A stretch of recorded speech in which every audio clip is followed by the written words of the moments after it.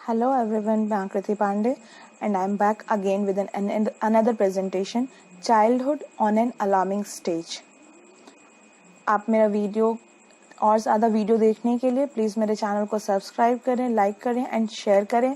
Video पसंद आया तो कमेंट बॉक्स में कमेंट भी करें. अब हम अपनी प्रेजेंटेशन की तरफ चलते हैं. हमारा चाइल्डहुड अलार्मिंग स्टेज पे क्यों है?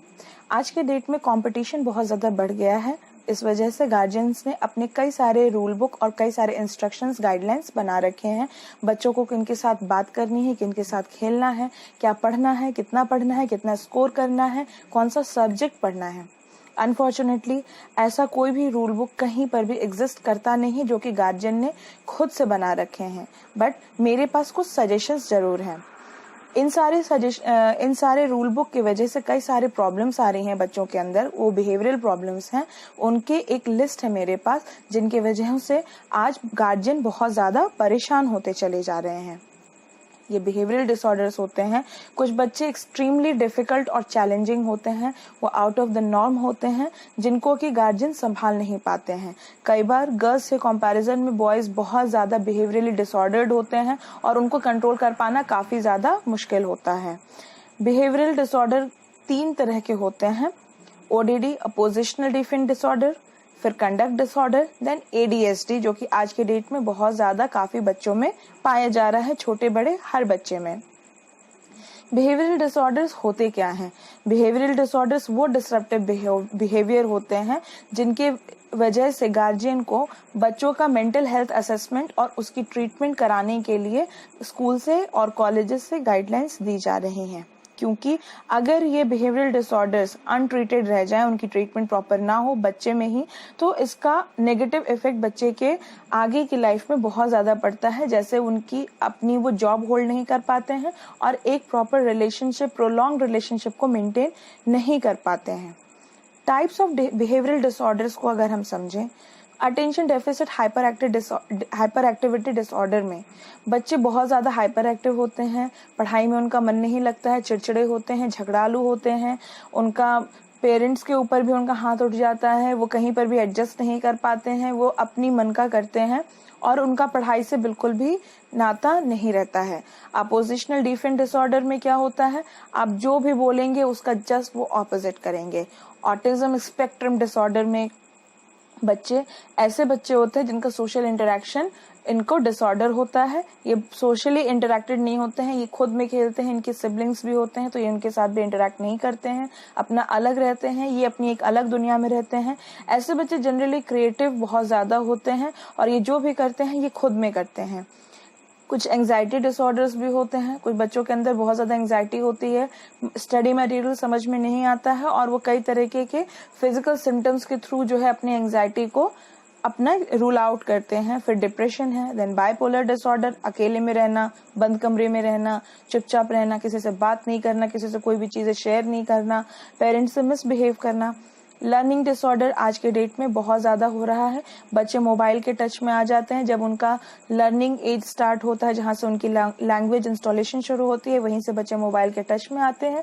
और मोबाइल के टच में आने के बाद से बच्चों का स्पीच खत्म हो जाता है और उनका वॉइस के ऊपर अटेंशन चला जाता है. इससे क्या होता है कि बच्चे की स्पीच खत्म हो जाती है और गार्जियन को लगता है कि मेरा बच्चा गूंगा और बहरा है. लेकिन ईएनटी चेकिंग के बाद जब उसकी डायग्नोसिस होती है तो पता चलता है कि बच्चा ना तो गूंगा है ना तो बहरा है, उसे एक लर्निंग डिसऑर्डर है.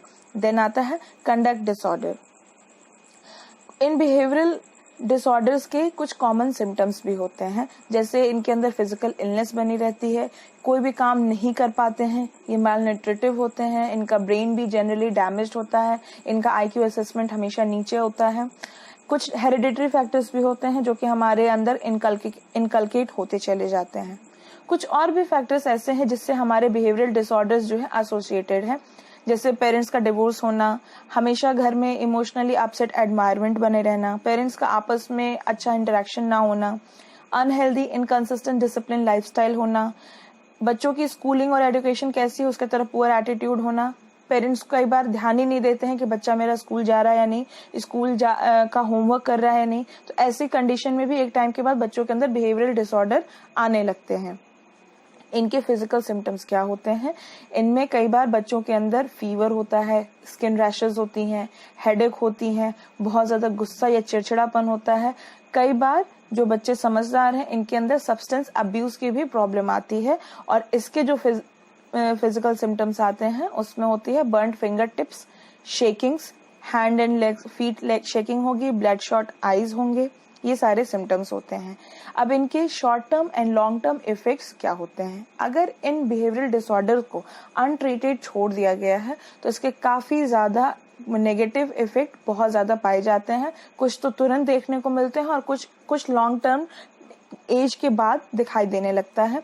जैसे या तो बिल्कुल ही अंदर अंदर वो किसी का भी गुस्सा अपने अंदर रखेंगे, या तो बहुत ज़्यादा ज़रा सी बात पे झगड़ा करेंगे और बहुत एक्सट्रीम लेवल का झगड़ा करेंगे, या तो अथॉरिटी फिगर को बुलिंग करेंगे या उनसे आर्गुइंग करेंगे। जो एडल्ट्स होते हैं कई बार उनकी जॉब भी चली जाती है, इनके मैरिज लाइफ भी जो है वो प्रोलॉन्ग नहीं होती है। बच्चों में क्या होता है कि कई बार वो स्कूल को हमेशा स्विच करते रहते हैं और इवेंचुअली एक टाइम के बाद वो इन सारे ऑप्शन से भी आउट ऑफ ऑप्शंस हो जाते हैं और उनके पास कोई सॉल्यूशन नहीं रहता है, क्योंकि वो अपने मेंटल स्ट्रेस को इतना ज़्यादा सफ़र करते हैं कि वो इससे भाग नहीं पाते हैं कि हम इससे बाहर कैसे निकलें।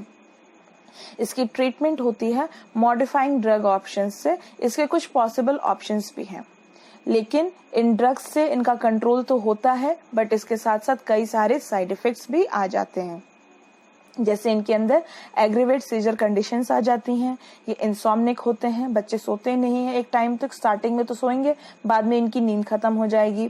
फिर इनका एपेटाइट रिडक्शन होता है, हैंड्स एंड लेग्स में इनके ट्रेमर्स आने लगेंगे, डिप्रेस्ड रहेंगे, एबनॉर्मल हार्ट रिदम्स आएंगे। कई बार हार्ट बीट एक बीट रिदम से बीट होते होते कई बीट्स स्किप भी कर जाती हैं। इनका ड्रग पर डिपेंडेंसी भी हो जाएगा, और सिम्टम्स बार बार आते रहने से इनका मेडिकेशन ओवरडोज की भी प्रॉब्लम आने लगेगी। इसका सबसे बड़ा साइड इफेक्ट क्या होगा कि ये डुअल डायग्नोसिस के अंदर आ जाएगा। अभी क्या हो जाएगी कि मेडिकेशन का एडिक्शन भी हो गया, ड्रग्स का एडिक्शन भी हो गया, और बिहेवियरल डिसऑर्डर तो पहले से ही थे, अब ये डुअल डायग्नोसिस हो गए, जो कि रूल आउट करना बहुत ज्यादा प्रॉब्लमेटिक हो जाएगी।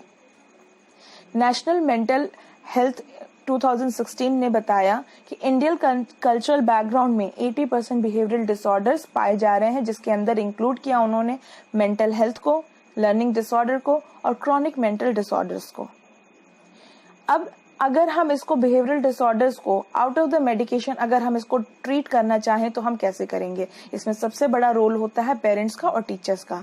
बहुत सारी फाइंडिंग्स के बाद अगर कई सारे बड़े बड़े ग्रुप्स एंड स्मॉल ग्रुप्स के ऊपर स्टडी की गई, और उसमें ये देखा गया कि जिन बच्चों की फैमिली में पेरेंट्स और उनके स्कूल के टीचर्स की आपस में पार्टनरशिप रही, उन्होंने पार्टनरशिप में अगर बच्चों को पढ़ाया, जो टीचर ने पढ़ाया पेरेंट्स उसको रिवाइज कराते रहे और उसको उसी फन वे में अगर उनको एडुकेट करते रहे, तो बच्चों का स्कूल एक्सपीरियंस बहुत अच्छा रहा। क्यों? क्योंकि उनकी सारी स्टडी मटेरियल, उनका होमवर्क कंप्लीट रहा, उनका सब्जेक्ट अपडेटेड रहा, तो उनको स्कूल में एप्रिसिएशन मिला, उनको अवार्ड मिला, तो उन बच्चों की परफॉर्मेंस ज्यादा अच्छी हो गई। और इससे देख करके और सारे बच्चे भी मोटिवेट हुए, तो उनका ओवरऑल स्कूल का भी और उस पर्टिकुलर बच्चे का भी परफॉर्मेंस बहुत अच्छा हुआ। ऐसे बच्चों का रिलेशनशिप बचपन से ही बहुत अच्छा बना पाने में हेल्पफुल हो जाते हैं। अगर पेरेंट्स और टीचर्स अगर इन्वॉल्व हो जाते हैं तो बच्चों का वेलबींग भी बहुत अच्छा होता है, उनके अंदर एक कॉन्फिडेंस आती है, उनका सोशल ओरिएंटेशन बहुत अच्छा होता है, वो इमोशनली स्ट्रांग होते हैं। अपना फुल डे केयर कैसे करना है इस एडजस्टमेंट में भी वो बिल्कुल परफेक्ट निकल करके आते हैं, और इस तरीके से जो बच्चा होता है उसका थ्रू आउट एकेडमिक सक्सेस बहुत ही ज्यादा अच्छा हो जाता है, और ये उनके लिए बिहेवियरल डिसऑर्डर से बाहर निकल पाने में बहुत अच्छी तरीके से काम करती है। अब इसमें सबसे बड़ा रोल जो होता है काउंसलर का होता है। अगर ये बिहेवियरल डिसऑर्डर्स आ गए हैं तो काउंसलर उसे कैसे काम करता है? ये कई बार क्या करते हैं कि इसके जो काउंसलर जो है इसके बीच में अपना बाइफरकेट करते हैं कि ये मेंटल हेल्थ डिसऑर्डर है या सब्सटेंस अब्यूज इश्यूज हैं। दोनों दो डिफरेंट चीजें हैं, और अगर दोनों एक साथ हैं तो उसको किस तरीके से ट्रीट किया जाए ये काउंसलर रोल आउट करता है। काउंसलर क्या करता है कि जो क्लाइंट है उसके बिहेवियर को ऑब्जर्व करता है, उसको रिकॉर्ड करता है, उसके साथ कई सारे इंटरेक्शंस करता है, फिर उसको कई सारे टिप्स देता है, उसको कैसे प्रोग्रेस कराना है या कौन सी थेरेपी लगानी है, ये सारी चीजें उसके ऊपर करके वो अपना इसका प्रोग्रेस रिकॉर्ड करता है।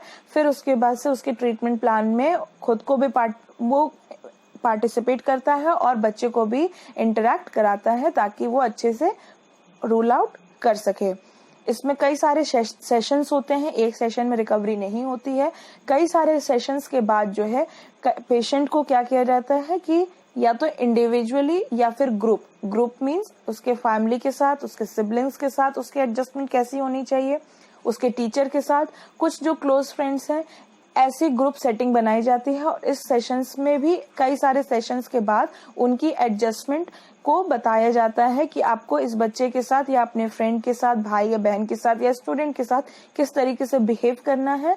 और बिहेवियरल डिसऑर्डर वाले बच्चे को भी बताया जाता है कि आपको अपनी सोसाइटी में किस तरीके से इंटरेक्ट करना है। तो इस तरीके से काउंसलर जो है उसको हेल्प करता है कि वो अपनी सोसाइटी और अपनी फैमिली में किस तरीके से इंटरेक्ट करेगा और वो इन सारी बिहेवियरल डिसऑर्डर से एक सही टाइम पर अगर ट्रीटमेंट हो जाए तो वो बाहर आ जाता है। आई होप आप सबको मेरा वीडियो बहुत अच्छा लगा होगा। एक इन्फॉर्मेटिव वीडियो थी। प्लीज लाइक करें, कमेंट बॉक्स में कोई भी तरीके का सजेशन हो तो उसको प्लीज सजेस्ट करें और मुझे गाइड करें। मेरे वीडियोस को लाइक करें, कमेंट करें और प्लीज प्लीज प्लीज शेयर करें। Thank you so much. Hello everyone, मैं आकृति Pandey and I'm back again with another presentation, Childhood on an Alarming Stage। आप मेरा वीडियो